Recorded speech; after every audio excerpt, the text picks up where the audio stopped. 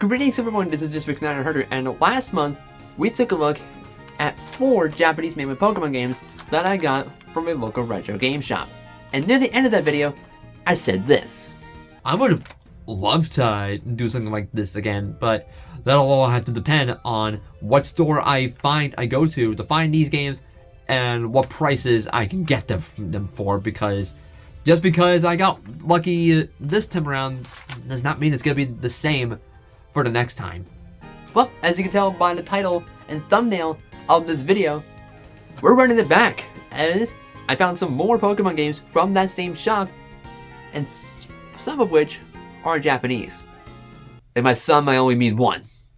Yeah, I don't have a high quantity of games to take a look at today, because like I said, the last time we did this, we took a look at 4 games. This time, we're only looking at 2. One of which is a North American copy of Pokemon Ruby. I'll explain why I picked this up as we go further along.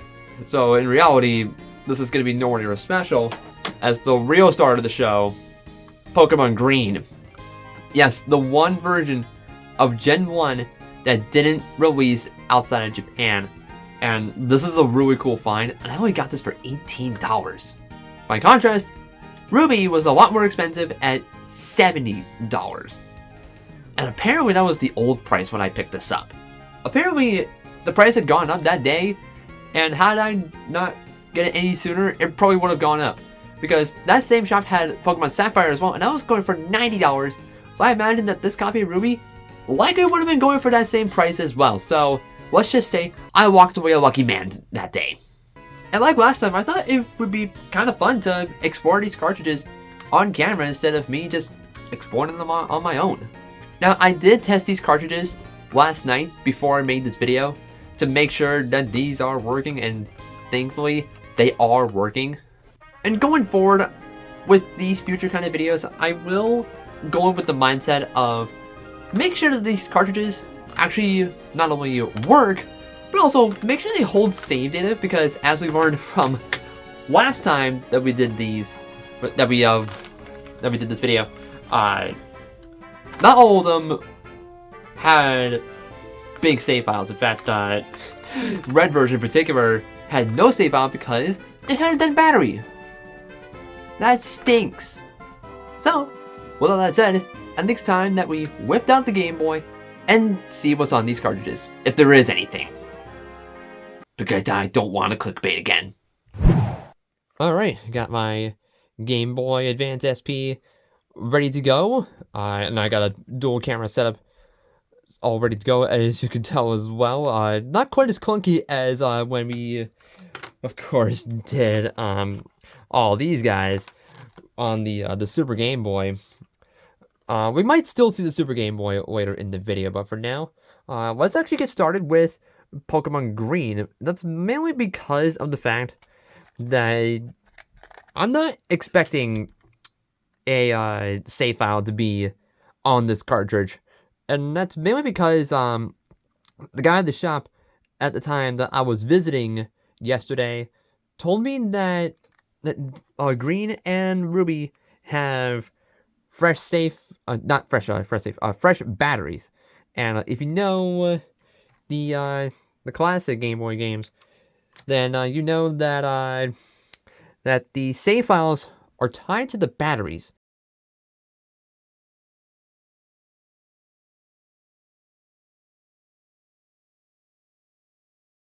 And when the battery is dead or replaced, there's not going to be any save data. And and if we learn anything from these games, is that if there is a save file, then to not expect much progress to be made at all, as there's always could be a test save to make sure that it's actually keeping track of save data. But anyway, let's pop it in and see if it works. Let's go.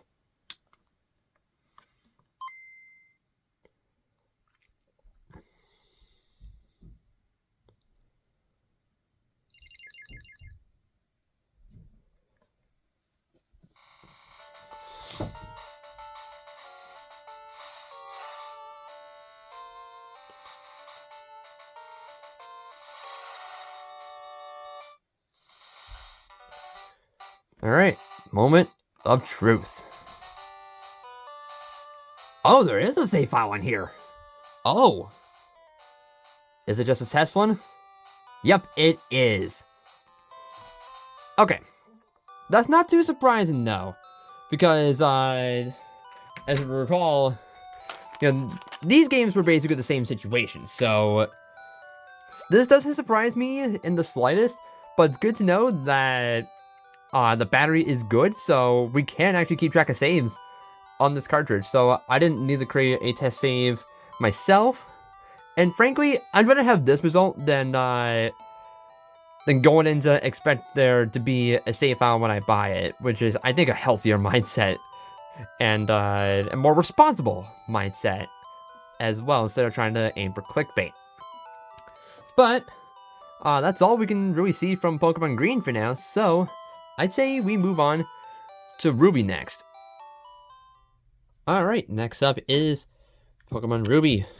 Now, I know what some of you are probably thinking.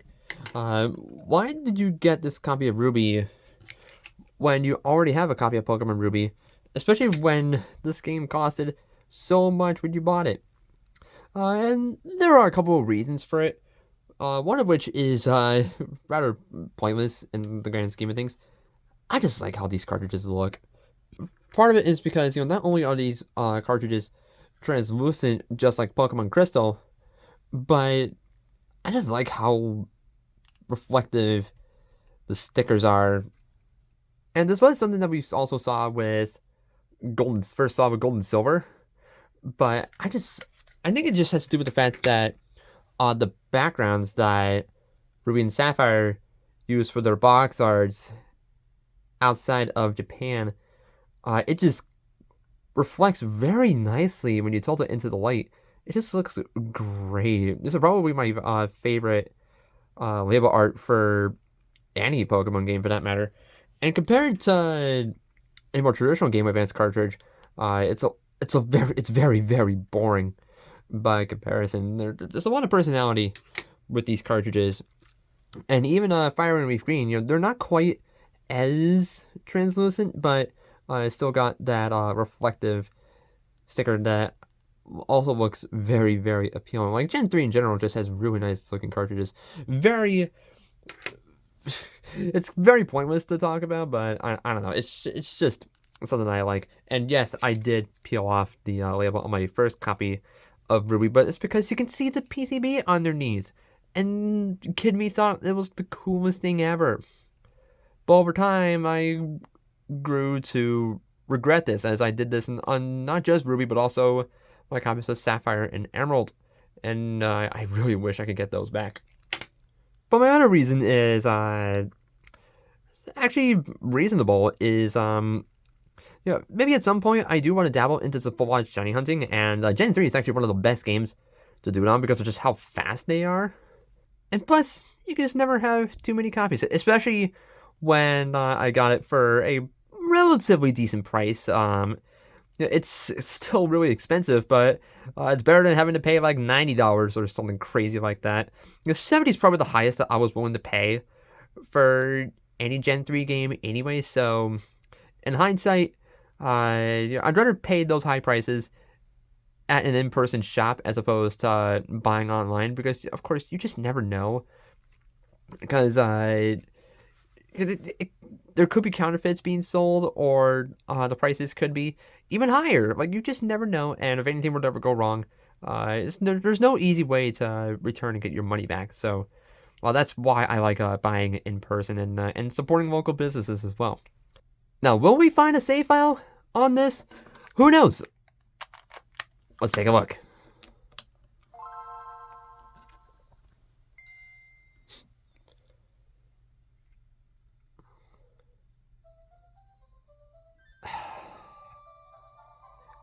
Man, I have such a soft spot for Gen 3. Ruby was the first Pokemon game I ever got to play. Of course, the first one I ever bought was Fire Red. But, there's just something about Gen 3 that has this, like, warm, comforting vibe to it. Like, if there is any mainline Pokemon game that I'd say comes close to being a comfort game, it would probably be Ruby and Sapphire. Like, I just have so much nostalgia for Gen 3 as a whole. It's just a cozy generation for me. Of course, you know, this was the generation that got me into Pokemon. But anyway, I do have another story to talk about, but I think we should probably focus on if there's anything on these cartridges.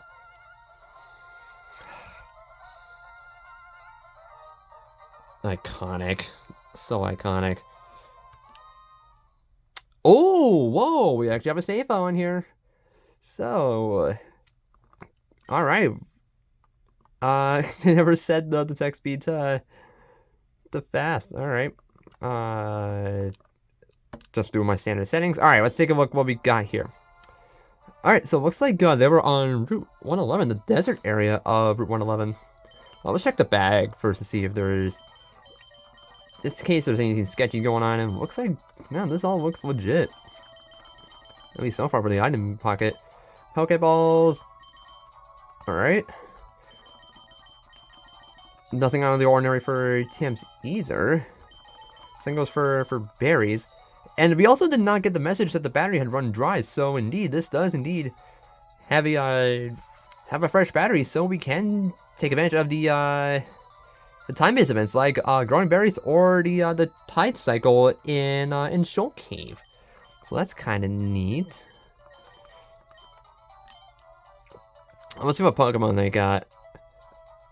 Ooh, actually a really good team going on here. So we got a Golbat, Mudkip was their starter, based.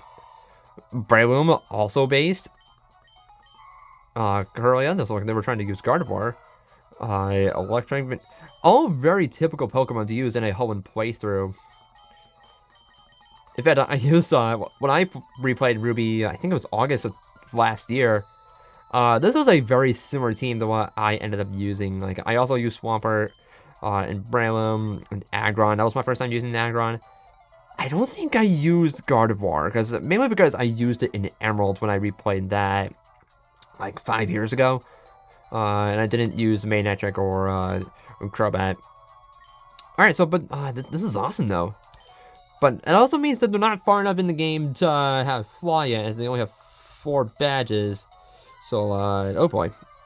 So I would presume that they were probably grinding. I forget, did they have repels? No, there are no repels. Alright, so I'm just gonna run.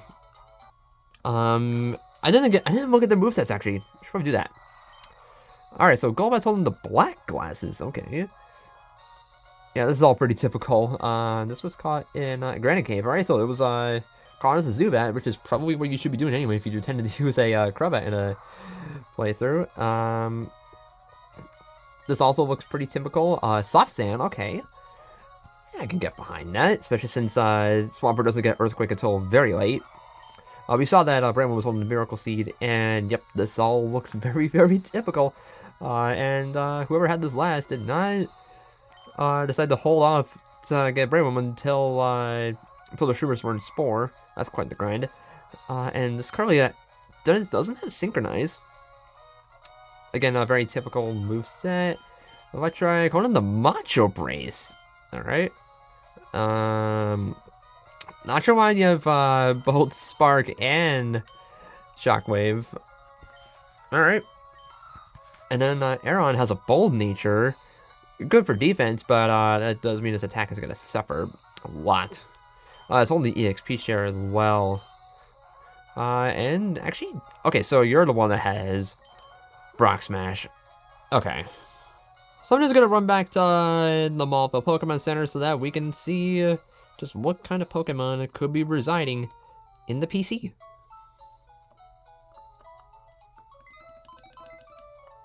Let's start with your PC. You never grabbed the potion at the start of the game. That's hilarious. Anything in the mailbox? Nope.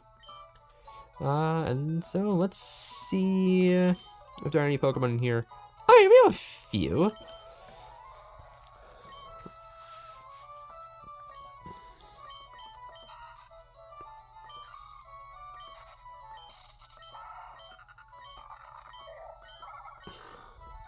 Yeah, nothing about these Pokemon are all that special, and it looks like these are the only Pokemon that are in the PC, so I do wonder what was in this slot. Part of me is curious, but who knows? But that does mean this is the best luck we've gotten in the span of these two videos. Like, it only took us 5 games. No, technically 6 across 2 videos to have something that's worth talking about. But like I said, it's better to have the mentality of making sure the cartridges actually work and can save data, as opposed to trying to bank on there being saved data in the first place, like I was expecting with the other games that we did in the last video. But cool. Anyway, let me at least heal their team. Actually, let me check their Pokédex and see. Okay, they only have 20 Pokemon caught. That's not too surprising, though. But they did put in the effort to at least catch Ralts, which is a very rare spawn at the beginning of the game. Why am I checking that? Anyway, back to the story that I was that I wanted to talk about earlier, and it's mainly when I got my first copy of Ruby. Do we even have the coin case? We don't. Okay. Might as well do something while we chat. Oh wait, I think. Oh wait, no, yeah, this is the house. Oh, would you look at that? They already had a harbor mill. I completely missed that. Cool. All right, so let's go to the game corner while I talk. All right, now we can talk. So, yeah, for the longest time, I was trying to remember what exactly I got when I got the Gen 3 games. Because, for the longest time, I was under the impression that it was around 2005. So, around the time that Emerald had to come out. And I remember playing Pokemon Ruby during a vacation with my family. But turns out, after I did some digging, like, I think it was last night, because it was shortly after I had gotten my Graphite Game Boy Advance SP. Let me go get it. It was this SP. It was this SP that my parents got for me way back in the day. And yeah, this thing is in such terrible shape. But I was playing Ruby on this particular Game Boy Advance SP, and I thought it was summer of 2005 when that happened. But no, it was actually after I did some digging last night. Turns out I had gotten into Pokemon in 2006, and that's because I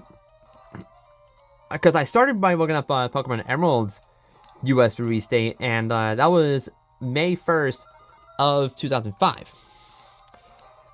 And then the Backward Game Boy Advance SP, aka the AGS 101 model, that didn't release until September of that year. And so it turns out I finally remembered when I got this, and then my first Pokemon games with Fire Red, and then I think I got Ruby after that. I don't remember what I got after I had gotten Fire Red, and I am almost out of coins already. Asking you shall receive, I guess. But yeah, because I remember I was playing my Game Boy Advance SP with Pokemon Ruby during that summer vacation, and mind you, I bought this copy of Ruby used, so I did not have my own save file on this during that trip. In fact, the save file that's on this copy is still the very one that was left by the previous owner when I bought it, as I never bothered to erase it, as first of all, I didn't know how to erase Pokemon save games at the time. And also, there was just so much stuff on that save file that it would feel a little wrong for me to get rid of it all. And so it was kind of a way for me to preserve it, in a sense. Although I did transfer like most of the Pokemon out of that save file, which is a little ironic. So there's like nothing left. So I guess it would kind of make sense to erase it now. Actually, I know what we can do as our last thing before we close this video out. But yeah, it turns out I had gotten into Pokemon in 2006. So the more you know, I guess. Are there any Pokemon in the daycare? Nope. So there's no Pokemon left in the daycare. So it looks like the previous owner was just simply casually progressing in the game. That makes a lot of sense then. Only 12 hours into the game. And it's just about to take on Norman by challenging the trainers on Route 111.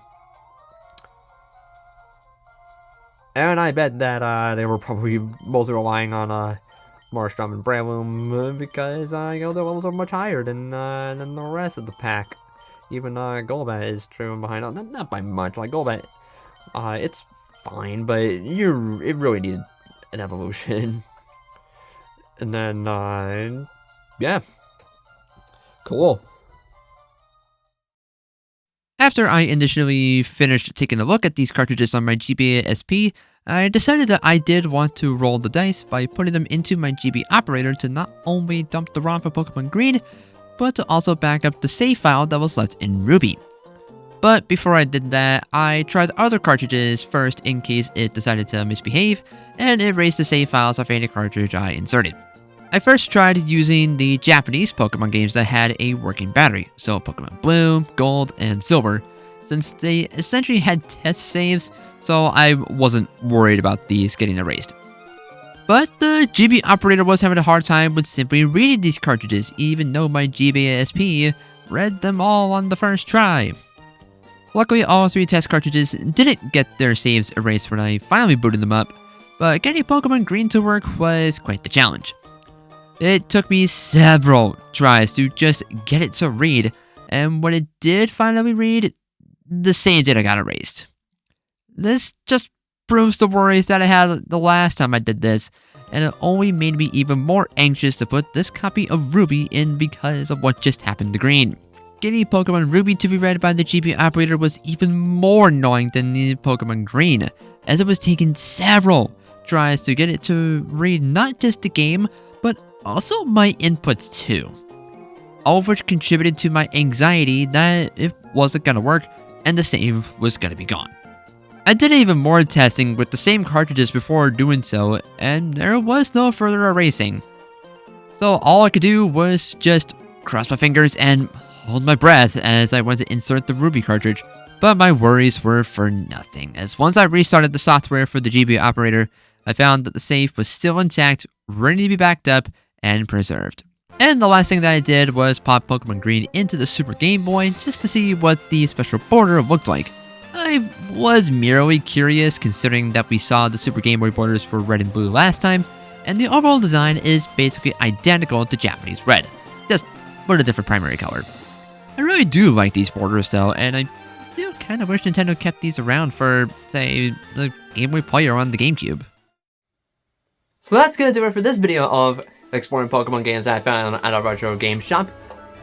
This was a lot of fun actually. Having Pokemon Green in my collection is probably the highlight, even though we actually did have a save file to explore in Ruby. But Pokemon Green in particular, this completes my mainline Pokemon game collection, which is something that I never thought I was gonna do.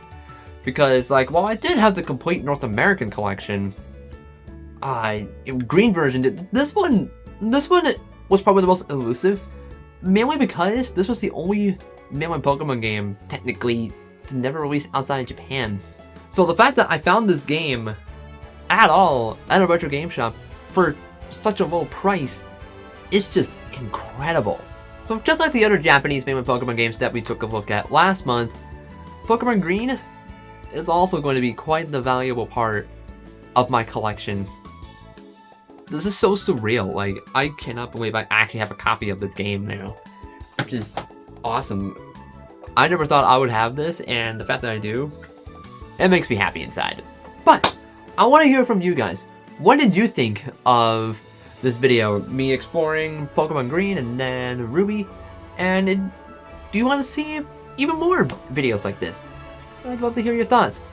But regardless, that's gonna do it for me in this video. I want to thank you all for watching, and until next time, I'll see you guys later. This is District 900 signing out.